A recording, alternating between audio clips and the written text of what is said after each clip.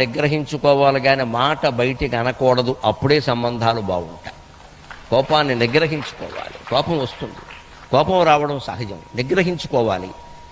అక్కడ కనీసం పక్క గదిలోకి వెళ్ళిపోవాలి, లేదు ఇంట్లోంచి బయటికి వెళ్ళిపోవాలి, లేకపోతే ముసుగెట్టుకు పడుకోవాలి, లేకపోతే నీళ్ల గదిలోకి వెళ్ళిపోయి 2 బిందెలు నీళ్లు దిమరించేసుకోవాలి. అంతేగాని కోపాన్ని ప్రకటించకూడదు. ఆ మాట మనకి చెప్పింది ఎవరో తెలుసా అమ్మా?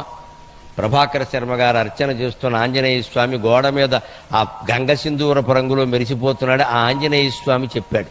ఎక్కడో తెలుసా? లంకా దహనం చేసిన తర్వాత ఆయన పశ్చాత్తాపడ్డాడమ్మ. చాలామందికి తెలియదని.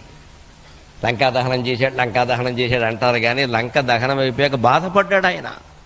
ఎందుకంటే రాజు దుర్మార్గం చేస్తే నేను ఇళ్ళన్నీ అంటించేశాను కదా, అమాయకులు ఎందరూ చనిపోయారో, ఇందులో ఎంతమందికి అన్యాయం జరిగిందో, ఇంత కోపం నాకు అవసరమా?